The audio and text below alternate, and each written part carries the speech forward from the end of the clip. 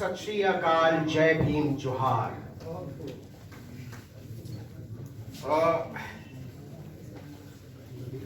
आदरणीय अध्यक्ष जी और सम्मानित मंच के बहुत सारे लोग हैं, तो मैं सबका नाम अलग अलग नहीं ले रहा हूँ, थोड़ा समय बचेगा।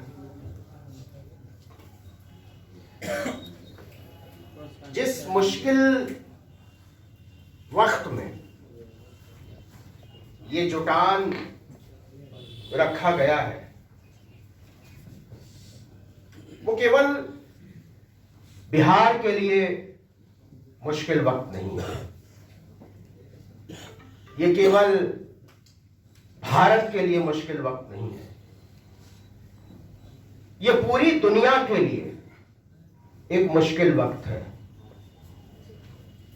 और जिन सवालों से हम जूझ रहे हैं, आप जूझ रहे हैं, दिल्ली के लोग जूझ रहे हैं, महाराष्ट्र के लोग जूझ रहे हैं, या हरियाणा के लोग जूझ रहे हैं, मोटे तौर पर उन्हीं सवालों से अमेरिका के लोग भी जूझ रहे हैं, फ्रांस के लोग भी जूझ रहे हैं, जर्मनी के लोग भी जूझ रहे हैं।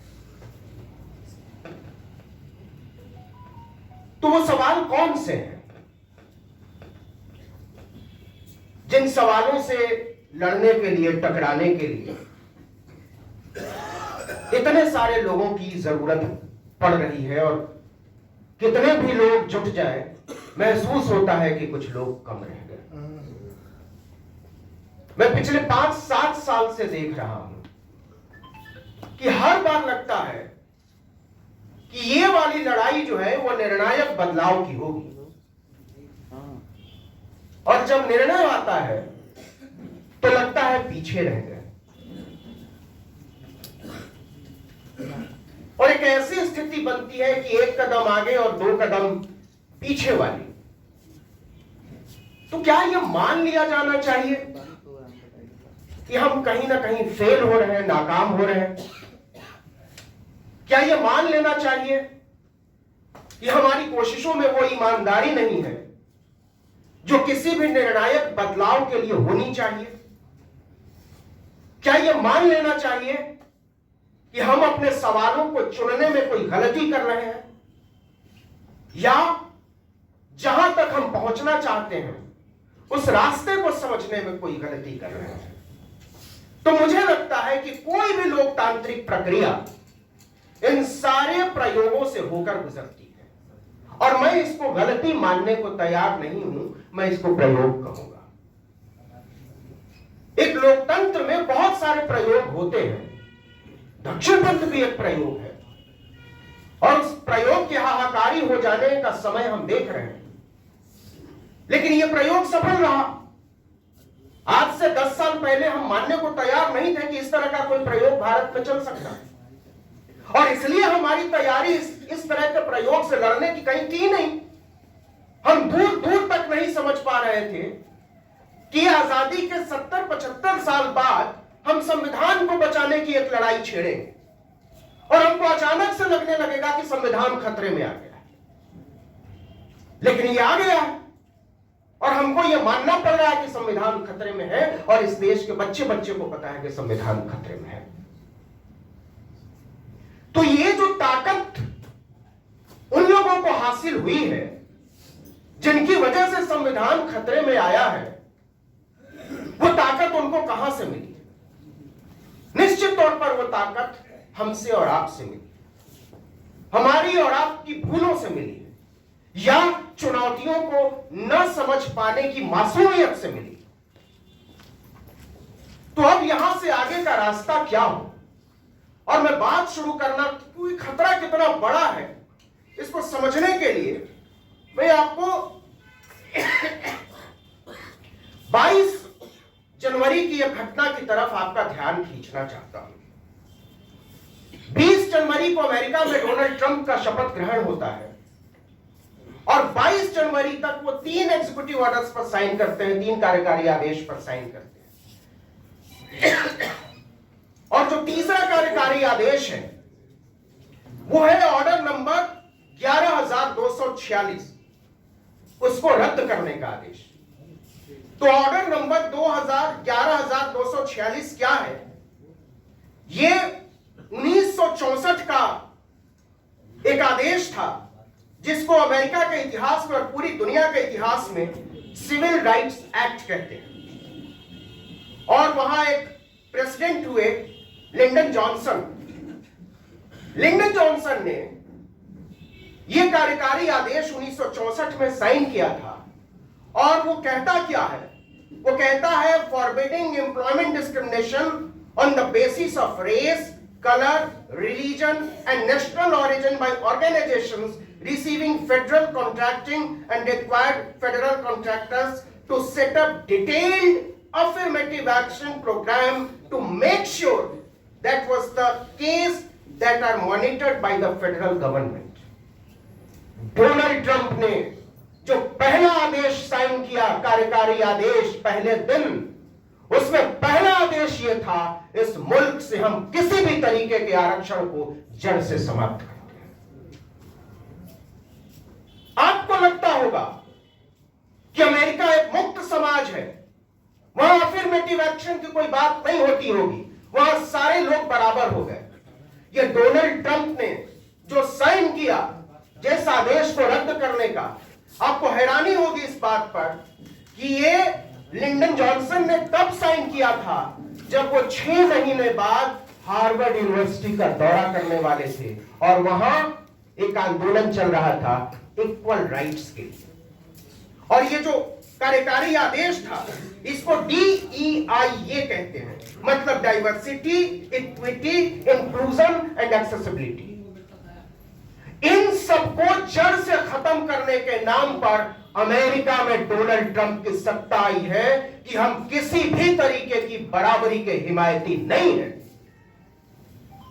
तो दुनिया का सबसे ताकतवर नेता खुलेआम डंके की चोट पर कह रहा है कि हमको बराबरी की कोई जरूरत नहीं है, हमको संविधान की कोई जरूरत नहीं है, हमको ऐसे किसी नियम कानून ढकोसले की जरूरत नहीं है जो आदमी और आदमी को बराबर कर दे।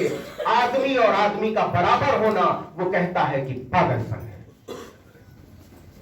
और वहीं से हमारे महामानव को सबक मिला है कि आदमी और आदमी का बराबर हो जाना दुनिया के लिए ठीक नहीं है, देश के लिए ठीक नहीं है, इस व्यवस्था के लिए ठीक नहीं है।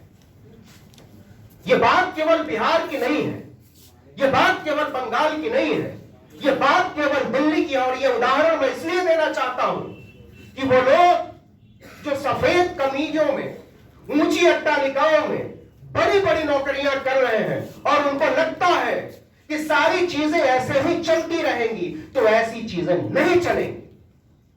एक फरमान ऊपर से नीचे तक चला है कि इस दुनिया को अमीरों के द्वारा अमीरों के लिए बनाया जाना है और गरीब लोग, शोषित लोग, वंचित लोग केवल छोटी नौकरियां करेंगी और अगर मैं और क्रूड शब्द में कहूं तो केवल गुलामी करेंगे। तो ये आया क्यों? जब मैं समझने की कोशिश करता हूं कि ये आया क्यों, ये इतनी इनइक्वालिटी, इतनी गैर बराबरी कहां से आई, तो मुझे कुंभ के मेले की तरफ झांकना पड़ता है। और कुंभ के मेले में ये दुनिया के इतिहास का एक केस स्टडी है, यह अध्ययन की चीज है कि आज 1 महीने बाद भी किसी को नहीं पता है कि कुंभ के मेले में वाकई कितने लोगों को मारा गया है। और आपको लगता होगा कि यह एक भक्तिपूर्ण हत्याकांड था, आपको लगता होगा कि यह किसी सरकार की नाकामी है या किसी व्यवस्था, किसी पुलिस फोर्स की नाकामी है, लेकिन मुझे लगता है कि ये एक सिस्टमेटिक पॉलिटिकल मर्डर है। इस देश की राजनीति में मिलकर इतने सारे लोगों को मारा है और वो मौतें इसलिए हुई हैं, जिस दिन भी ये आंकड़ा सामने आएगा उस दिन बहुत बड़ा घोटाला पकड़ा जाए। मेरे जैसा लेमैन आदमी भी ये सोचता है कि क्या इस देश में इतनी सारी पॉलिटिकल शक्तियों, इतने सारी पॉलिटिकल पार्टियों, उनके नेताओं, जमघट, ताकत, ये सब मिलकर भी इस देश की जनता को ये गारंटी नहीं दे सकते हैं कि हम बताएंगे इस देश को कि कुंभ में कितने लोगों की मौत हुई है। ये बड़ा आसान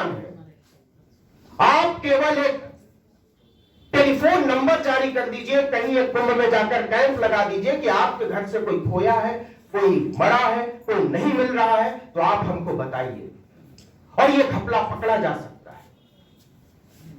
लेकिन ये नहीं हुआ।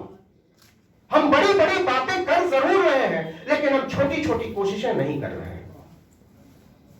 मैंने बहुत सारे लोगों को कहा कि कुछ कीजिए, ये बहुत जरूरी है और ये पॉलिटिकल काम है, लेकिन ऐसा नहीं हुआ। तो ऐसा क्यों नहीं हुआ? तो ऐसा इसलिए नहीं हुआ कि अभी भी एक सामूहिक पॉलिटिकल विल उस डेमोक्रेसी को बचाने के लिए लक्ष्य लेकर नहीं चलना चाहता है, या फिर उसको यह विश्वास नहीं है कि हम वाकई इस ढांचे को बदल दें। तो जब तक यह इरादा नहीं होगा कि हम इस ढांचे को बदल देंगे, तब तक यह ढांचा बदलने की शुरुआत भी नहीं हो सकती है। आप देखिए, गौर कीजिए, इस देश में डेमोक्रेसी का क्षरण देखिए, लोकतंत्र का अवमूल्यन देखिए और बाबाडम का विकास देखिए। जैसे जैसे लोकतंत्र की ढलान शुरू हुई है और वो नीचे गिरती चली गई है, बाबागिरी वैसे ही विकास पाता चला गया।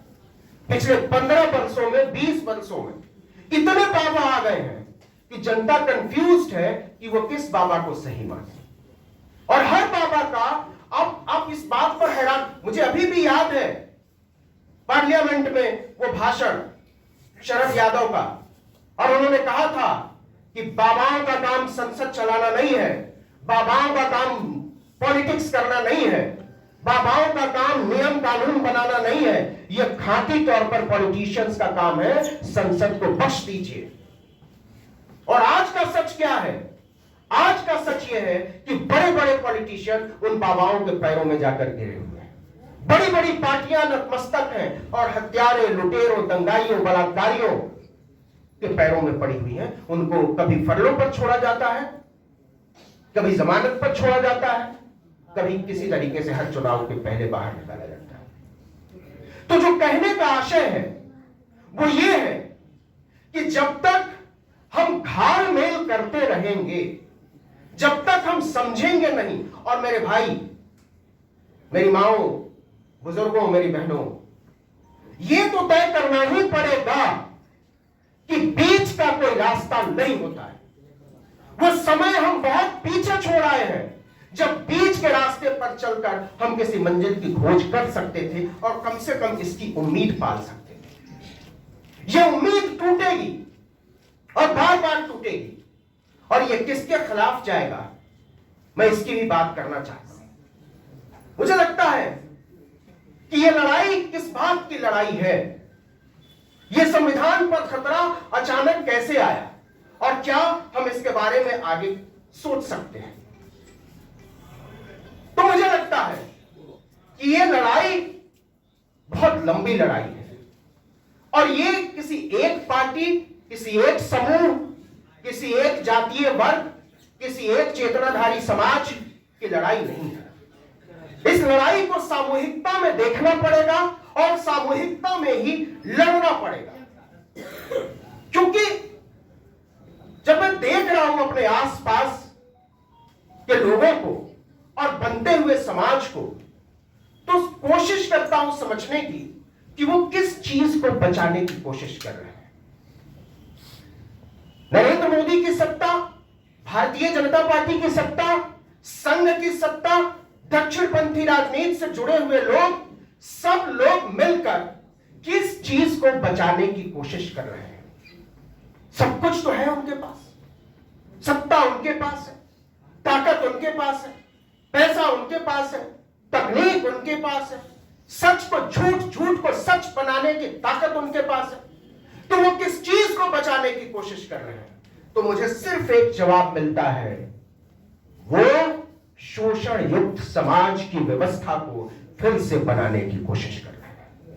उनको दिक्कत हुई है कि फटे जूते चलने वाले हमसे बराबरी की बात करते हैं। उनको दिक्कत हुई है कि मरी हुई गाय उठाने वाले लोग हमसे बराबरी की बात करते हैं। उनको दिक्कत दिक्कत हुई है कि हजामत करने वाले लोग हमसे बराबरी की बात करते हैं, उनको दिक्कत हुई है कि झूठे बर्तन धुलने वाले लोग हमसे बराबरी की बात करते हैं, और इसलिए वो पूरी ताकत के साथ उस व्यवस्था को फिर से बनाना चाहते हैं, फिर से बहाल करना चाहते हैं, फिर से हासिल करना चाहते हैं, और तब जाकर बनेगा उनका विकसित भारत।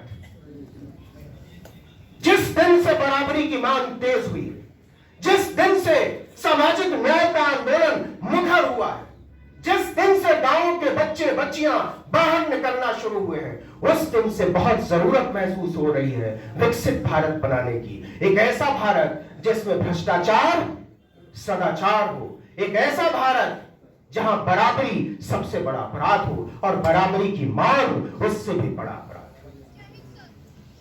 है। इसलिए मैं कहना चाहता हूं कि समग्रता में चीजों को देखना होगा। अभी जनवरी की बात है, गुजरात की घटना है। जनवरी में क्या हुआ, वहां की एक कॉलोनी है सलाबतपुरा। सलाबतपुरा में एक हिंदू महिला ने कहा कि मैं अपना घर बेचना चाहता हूं। उसने एक मुस्लिम के साथ सौदा किया और मुस्लिम के साथ सौदा करके बयाना लिया, किसी को कोई दिक्कत नहीं थी। अचानक से अड़ोस पड़ोस के लोगों को पता चला कि एक हिंदू मुसलमान को घर बेच के जाना चाहती है। वो पहुंचे कलेक्टर के पास और कलेक्टर ने आओ देखा न ताओ, वहां जाकर डिस्टर्ब एरिया एक्ट लगा दिया, मतलब अशांत क्षेत्र अधिनियम। इस अधिनियम के तहत एक धर्म का व्यक्ति दूसरे धर्म के व्यक्ति को अपनी मर्जी से संपत्ति नहीं बेच सकता। उसे सरकार ने जब्त कर दिया, सील कर दिया, नहीं बेच सकते। उत्तराखंड में यूनिफॉर्म सिविल कोड लागू हो गया। तो ये जो पूरा कानून बनाया जा रहा है, और मुझे नहीं लगता कि बहुत सारे लोगों को इसके बारे में पता है या उनकी दिलचस्पी है यह जानने में, या उनको ऐसा लगता है कि इस खतरे की जद में आज नहीं तो कल हम भी आ जाएंगे। तो ऐसा क्यों नहीं लगता है? ये छोटी छोटी लड़ाइयां बड़ा आकार क्यों नहीं ले पा रही हैं, बड़े बड़े समूहों तक क्यों नहीं पहुंच पा रही हैं? तो मेरी समझ में जो आता है वो ये आता है कि ऐसा इसलिए हुआ है कि हमारी पॉलिटिकल फोर्सेस ने शिक्षा के महत्व को समझने से इनकार कर दिया। उनको लगता था कि बैनर, पोस्टर, पैम्फलेट इतना काफी होगा। हम लोग बड़ी बड़ी बातें कर जरूर रहे हैं, लेकिन यहीं से कुछ दूर पर एक शहर है गया। गया से 10 किलोमीटर दूर एक गांव है नियाजीपुर। वहां 300-350 मांझियों की बस्ती है। आपको इस बात से हैरानी होगी कि उस बस्ती से एक भी बच्चा 10वीं पास नहीं है। मंत्री नहीं है। कभी 70-72 के दशक में एक आदमी हुआ था जो लगातार कोशिश कर रहा है कि कुछ हो, लेकिन हो नहीं पा रहा है। ये लड़ाइयां आगे क्यों नहीं बढ़ पा रही हैं? ये लड़ाइयां आगे इसलिए नहीं बढ़ पा रही हैं कि लड़ाइयों की अहमियत को समझने वाले लोग हमने समय से पैदा नहीं किया। हमारा पूरा ध्यान इस बात पर होना चाहिए कि हर घर से एक बच्चा कम से कम बाहर जरूर पढ़ने के लिए निकले। हर घर से कम एक लड़की अपने जिले से बाहर निकले पढ़ने के लिए, अपने गांव से बाहर निकले, बाहर के समूहों से मिले। जिस दिन तक हम शिक्षा की अहमियत को दरकिनार करते रहेंगे, और मैं बार बार कहता हूं कि इस देश में उस दिन सबसे बड़ा घोटाला हुआ, उस दिन संविधान को खत्म करने की नींव पड़ी, उस दिन लोकतंत्र को खत्म करने की नींव पड़ी, उस दिन बराबरी को खत्म करने की नींव पड़ी, जिस दिन इस देश में उच्च शिक्षा संस्थानों के दरवाजे प्राइवेट प्लेयर्स के लिए खोले गए। इस देश का सबसे बड़ा घोटाला है शिक्षा का निजीकरण। इस देश का सबसे बड़ा घोटाला है प्राइवेट शिक्षा का हमारे घरों में घुस जाना। इस सरकार से हमको अभी भी समय है इस गारंटी की मांग करनी पड़ेगी कि या तो उच्च शिक्षा संस्थानों और किसी भी तरीके के शिक्षा संस्थानों में अगर कोई बच्चा पढ़ना चाहता है, अगर कोई लड़की पढ़ना चाहती है, तो उसकी फीस सरकार को भरनी पड़ेगी, चाहे वो फीस जितनी भी हो, और नहीं तो इस देश में उच्च शिक्षा संस्थाओं से प्राइवेटाइजेशन को खत्म करना पड़ेगा। ये हम नहीं लड़ेंगे लड़ाई तो हमारी आने वाली नस्लों को लड़नी पड़ेगी, हमारी बेटियों को लड़नी पड़ेगी। और यह बात इसलिए मैं कह रहा हूं कि जिस दिन तक शिक्षा के क्षेत्र में हम अपने लोगों को ज्यादा से ज्यादा लोगों को नहीं भेजेंगे, तब तक हम समझ नहीं पाएंगे कि लड़ाई जानी कहां चाहिए, और हम यही मातम मनाते रह जाएंगे कि इस लड़ाई को लोग समझ क्यों नहीं रहे। इस लड़ाई को समझने के लिए जरूरी है कि हम उस दौर को समझें, क्योंकि अभी 6 महीने पुरानी बात है, 6 महीने पुरानी बात है, सुप्रीम कोर्ट ने एक ऑर्डर पास किया, और सुप्रीम कोर्ट ने यह कहा, मुझे इस बात पर बड़ी हैरानी हुई, सुप्रीम कोर्ट ने यह कहा कि जेलों में जातियों के आधार पर काम नहीं कर सकते, काम नहीं पास। रतन जी, मुझे हैरानी हुई कि क्या सचमुच में पिछले 75-80 साल से जेलों में जातियों के आधार पर काम हो रहा है? मतलब अगर कोई मेहतर जाति का है तो वो पखाना साफ कर रहा है, कोई ब्राह्मण है तो वो पूजा करवा रहा है, कोई अगर राजपूत है तो वो तलवार भाजना सिखा रहा है। क्या ऐसे काम हो रहा है? लेकिन ऐसे हो रहा है, और ये इस देश का सुप्रीम कोर्ट ने एडमिट किया है कि नहीं करवा सकते। अब जाकर उसको रोकने की उत्तर प्रदेश की सरकार ने हलफनामा देकर कहा कि हमको पता ही नहीं था ऐसा हो रहा है। तो कहीं ना कहीं हमारी पूरी लड़ाई समझौता परस्ती से जूझ रही है, और चूंकि हम सब लगभग एक तरह से सोचने वाले लोग हैं, हम चाहते हैं कि कोई रास्ता निकले। हम समझने की कोशिश कर रहे हैं कि इस दौर से मुल्क को कैसे बाहर निकाला जाए और किस तरीके से एक नई राह बने जो सबके लिए सम्मानजनक हो। तो इसलिए आखिर में जो बात मैं कहना चाहता हूं वो ये कहना चाहता हूं कि ये किसी एक हुकूमत से लड़ाई का मसला नहीं है, ये किसी एक पॉलिटिकल आइडियोलॉजी को सत्ता से हटाने का मसला नहीं है, यह उससे कहीं ज्यादा बड़ी लड़ाई है। यह आत्मसम्मान की लड़ाई है। और जो एक आखिरी बात मैं कहना चाहता हूं कि इस दुनिया को औरतों के हवाले करने का वक्त है। इस दुनिया में जितनी भी खराब चीजें हैं, युद्ध है, अशांति है, गंदी हवा है, नफरत है, घृणा है, इन सब के जिम्मेदार केवल और केवल मर्द हैं। और इस दुनिया में जितनी अच्छी चीजें हैं, साफ पानी है, हरियाली है, प्रेम है, जिंदा रहने की तलब है, इसके लिए सिर्फ और सिर्फ औरतें आगे बढ़कर आई हैं। तो हम पहले ही बहुत देर हो चुके हैं। समय है कि हम औरतों की भागीदारी बढ़ाएं, न केवल ऐसे मंचों पर, न केवल समाजों में, न केवल उनको ज्यादा अधिकार से लैस करें, न केवल उन पर ज्यादा भरोसा करें, बल्कि हम मानसिक रूप से तैयारी करें कि इस दुनिया को जिस रोज केवल और केवल औरतें चलाएंगी, जरा सोच कर देखिए ये दुनिया कैसी होगी। जर्मनी का उदाहरण हमारे सामने है। मैं ये अपील करके जा रहा हूं कि अपने घरों की औरतों को, बेटियों को बाहर निकलने दीजिए, उन पर भरोसा कीजिए और सोचिए कि जब वो समाज के नियम कायदे तय करेंगे तो ये समाज कैसा होगा। इनकलाब जिंदाबाद।